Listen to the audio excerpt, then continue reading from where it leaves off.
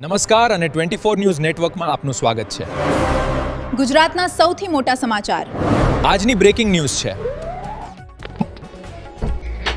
કંબોઈમાં શ્રી બહુચર સમૂહલગ્નોત્સવનું ભવ્ય આયોજન 31 નવદંપતિઓએ લીધા પ્રભુતામાં પગલાં। કાંકરેજ તાલુકાના કંબોઈ ગામે શ્રી બહુચર સમૂહલગ્ન સેવા સમિતિ હાઠાણી પાર્ટી દ્વારા 9મો સમૂહલગ્નોત્સવ ભવ્ય અને ઉત્સાહભેર યોજાયો હતો।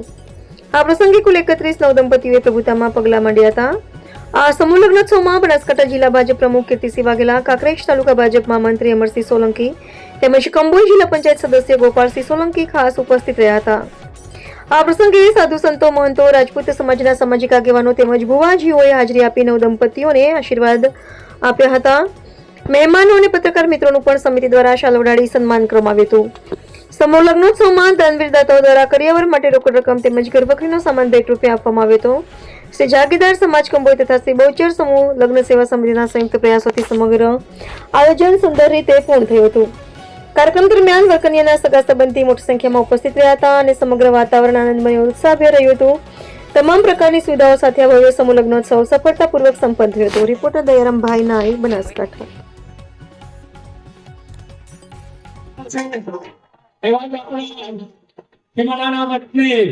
અને પૂર્વ તાલુકા પંચાયત સદસ્ય ભાઈ શ્રી કપૂરસિંહ બળવંતસિંહજી પણ સ્નાન કરવા સોલંકી પરિવાર 9 વર્ષથી સમૂહ લગ્ન કરે છે। તમારું શું કહેવું છે? સેવા સમિતિ જે સમૂહ લગ્નનું આયોજન કરીએ છીએ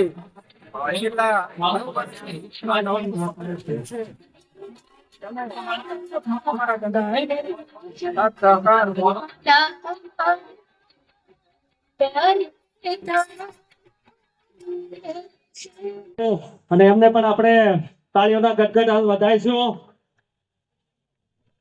ઉપસ્થિત રહ્યા તે બદલ ખૂબ ખૂબ આભાર આપનો।